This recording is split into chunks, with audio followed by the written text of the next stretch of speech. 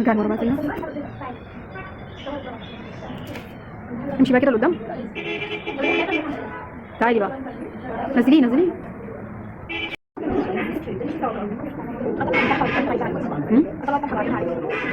طلعت.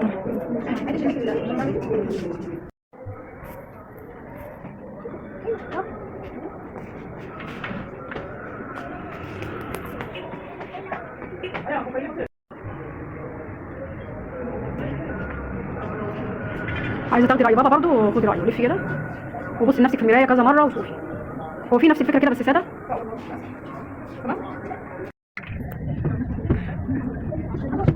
لفي مره كده.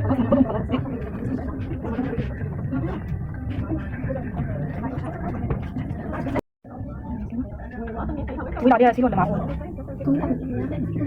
لفي من ورا.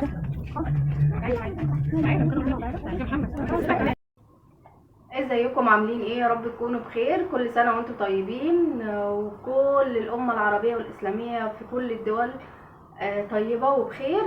النهاردة ان شاء الله فيديو مشتريات العيد. جبنا لبس العيد بقى. هو مش كله يعني، نزلنا جبنا حبة ولسه باقي شوية حاجات هننزل نكملهم، بس انا قلت اصور معاكم بقى شوية اللي جبناهم. فيا رب ان شاء الله ذوقنا بقى يكون حلو ويعجبكم. يلا بينا على الفيديو.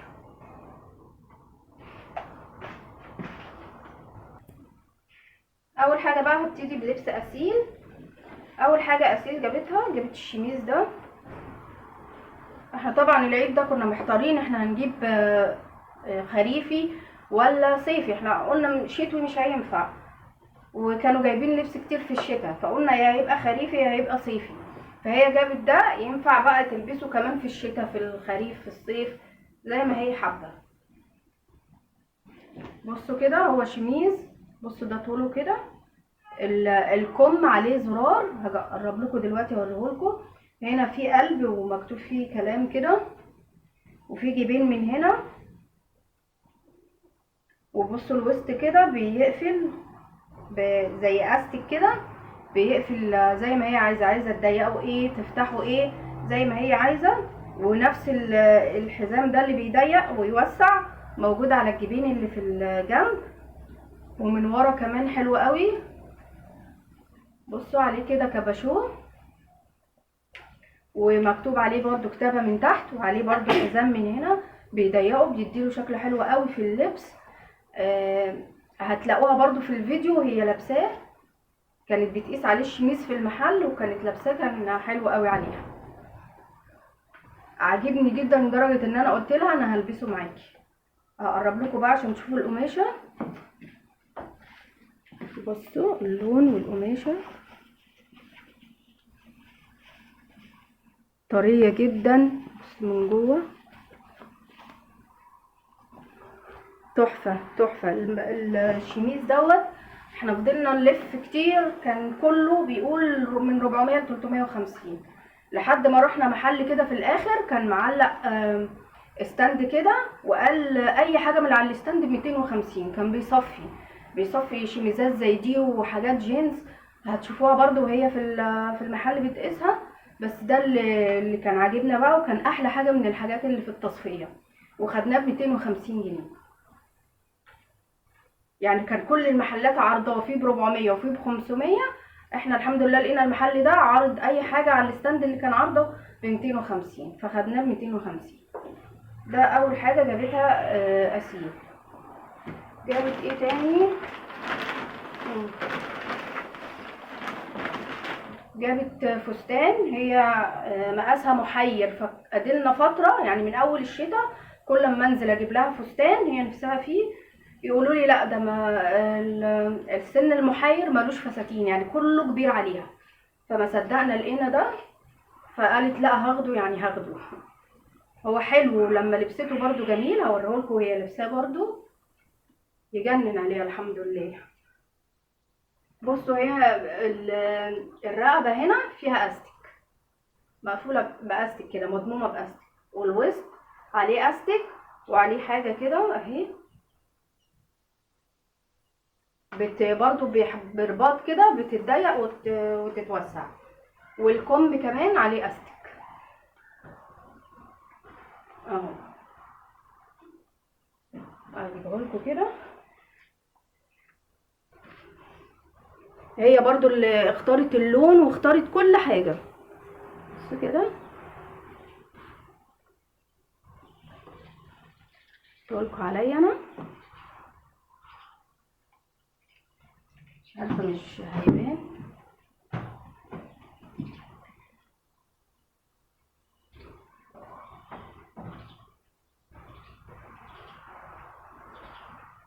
ده تاني حاجه هي جابتها.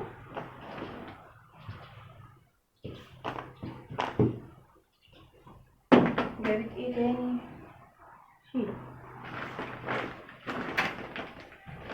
جابت غسيل اهي.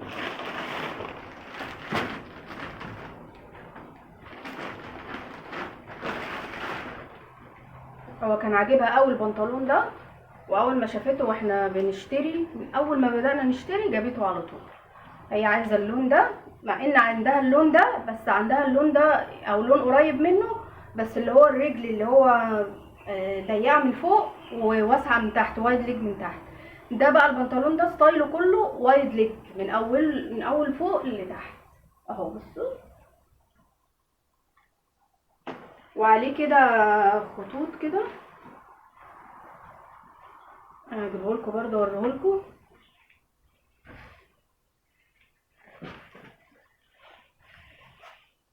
اهو بس الخطوط دي من اول فوق بقى لحد تحت في الرجل ايه من تحت. برضو جميل قوي عليها في اللبس. جابت كمان توب تلبسه تحت الشميز. هنا الشميز ده بصوا كان فيه ابيض كده، فالبنت اللي كانت واقفه في المحل هناك بتقول لها تلبس تحتيه توب اسود بيكون شيك قوي وجميل. فانا قلت لها لا، التوب الاسود هيبقى كاتم اللون قوي، لان ده بني بقى وهيبقى معاه اسود فهيبقى كاتم. فهنا الكتابه بيضه، فانا اخترت لها ان هو يكون التوب اللي من تحت ابيض، فجبت لها عليه توب ابيض. وهي كمان ما وافقتش تلبس الاسود. وكان في انواع توبات كتير قوي اللي هي المخططه اللي طالعه جديد دي، في مخطط ابيض في الوان كده، وفي ابيض في اسود، بس هي ما رضتش عايزه ساده، فجبت لها ده قطن. بس هو مكرمش كده وعامل كده عشان انا غسلته. هو قطن صافي. انا غسلته لان هو على الشماعه كان اخر قطعه متعلقه على الشماعه، وكانت اخر قطعه مقاسها، فمعرفوش يجيبوا لي غيرها، فقالوا لي خديها. فكانت زي عليها بقع او حاجه، فانا قلت لهم لا مش هاخدها مبقعه كده. قالوا لي ده تراب من ان هي معلقه على الشماعه، لو ما نضفتش معاكي هاتيها. وكنت كمان خايفه ان هي تصغر لما تتغسل وتكش، فقالوا لي برضو مش هتكش، لو حصل اي حاجه هاتيها. بصوا اهي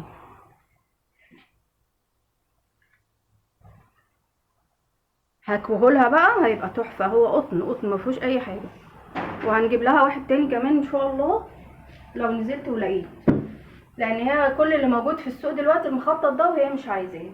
دوت كان سعره 50 جنيه التوب ده، وقلت الشميز نفسه 250. الفستان بقى عامل 500 جنيه، يعني احنا فضلنا هم قالوا لنا ايه 530 تقريبا. وبعدين قالوا لي احنا عشان عاملين تخفيضات فهنحسبه ب50. يبقى الفستان 50 ايه، فستان ب500 جنيه. فستان 500 والشميز 250 والتوب 50. البنطلون كان عامل عرض، كان المحل اللي بيصفي شويه حاجات كده برضو حطيتهم في ستاند على جنب، وقال ده تصفيات، كان ده ب250. وكان في اشكال وحاجات حلوه قوي كتير قوي، كنا عايزين نجيب واحد كمان بس برضه ما لقيناش مقاسها.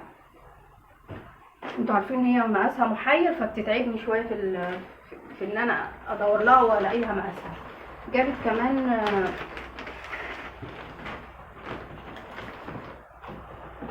كمان الشوز ده، هو من البراندات اللي نازله جديد، اسمه نيو بالانس.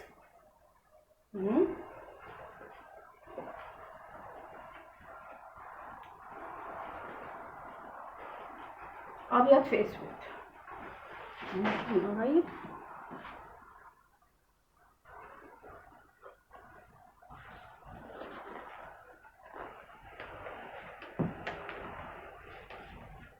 الشوز دوت كان عامل في المحل 420، بس الولد اللي كان واقف في المحل قال لي هاتي 400 بس، هو من نفسه والله، يعني انا ما قلتلوش حاجه.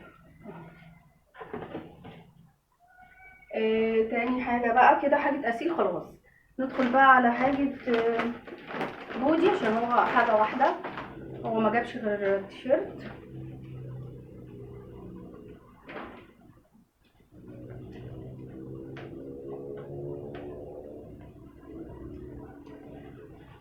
بشوف السعر بفتكر السعر بس. ده اهو، بصوا اعمله لكم كده، هو الاوفر سايز اللي هو الكم بيبقى نازل شويه كده هنا. هما ما رضيوش يجيبوا يعني حاجات بكم،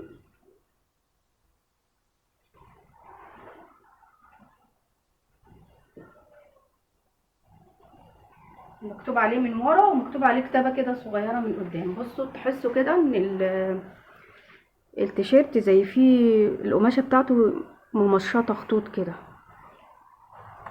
ومن تحت كده في كده زي خياطه، زي ما يكون يعني متوصل ببعضه، متخيط ببعضه، الجزء اللي تحت والجزء اللي فوق، بس مديله شكل في الاخر تحفه.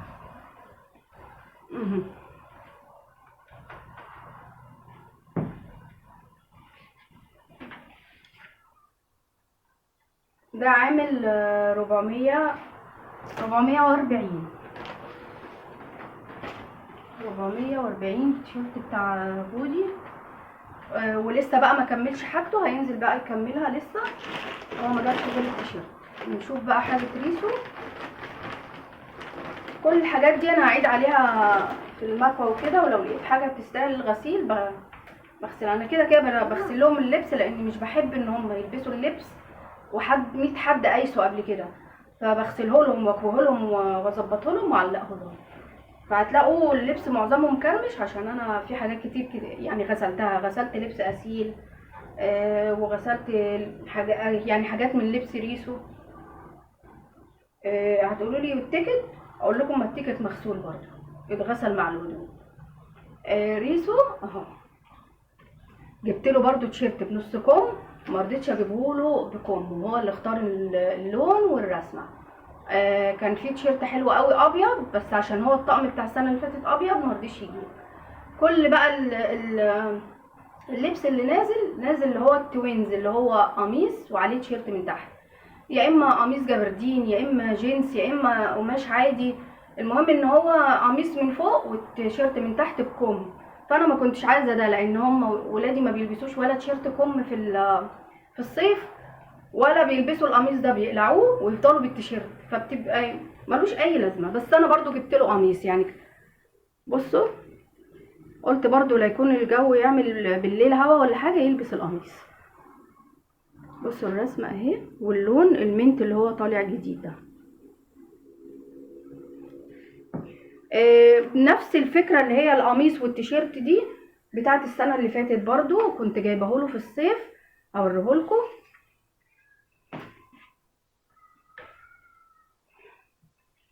اهو. بصوا ده الطقم بتاعه بتاع السنه اللي فاتت، بتاع العيد اللي فات. بصوا القميص من تحت اهو بنص وابيض، عشان كده مرضيتش اجيب له ابيض المره دي. والجينز من فوقيه اهو بنص، وعليه بابجي من ورا، وعليه مش عارفه ايه بقى الاسلحه دي ولا ايه من قدام بقى، مش عارفه. ده بتاع السنه اللي فاتت، فهي نفس الفكره نازله السنه دي في الخريفي، بس كم بدل نص كم.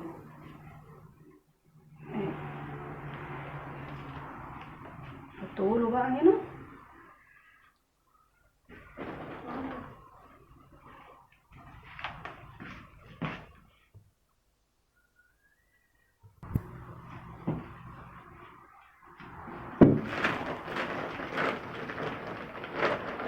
اهو بصوا القميص اللي انا قلت لو الجو برد او طلع برد او هوا في اليوم ده ولا حاجه يلبسوا على القميص على التيشيرت اهو. والتيشيرت والقميص بتوع ريسو الطقم كل يعني القميص والتيشيرت عاملين 650 جنيه. القميص بالتيشيرت 650 جنيه.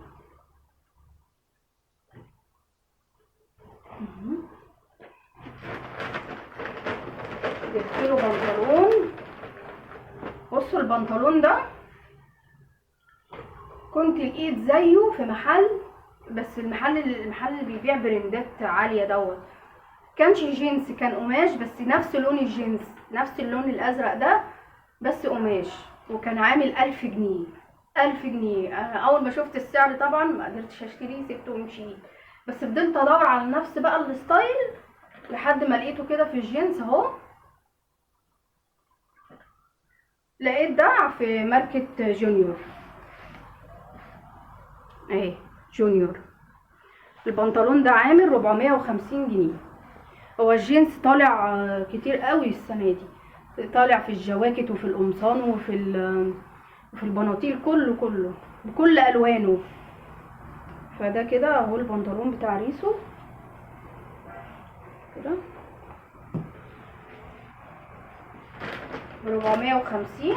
ودوت اهو جبت له لون تاني فاتح كده عشان يبقى عنده اللون الغامق واللون الفاتح اهو.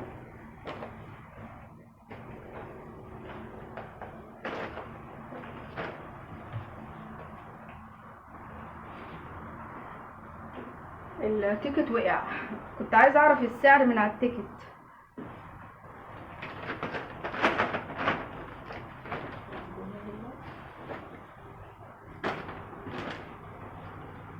بس هو برضو في نفس الحدود كده، 400 450 او اقل شويه، ممكن يبقى 350 يعني، مش فاكره. بس التيكت كان موجود والله، مش عارفه راح فين.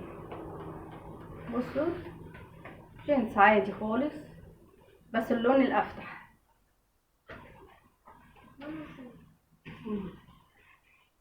صح.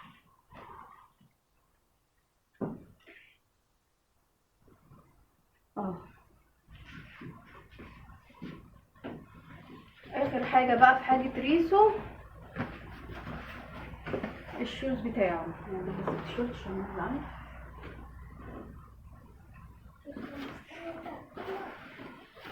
بصوا بقى هنطلعه بقى دلوقتي.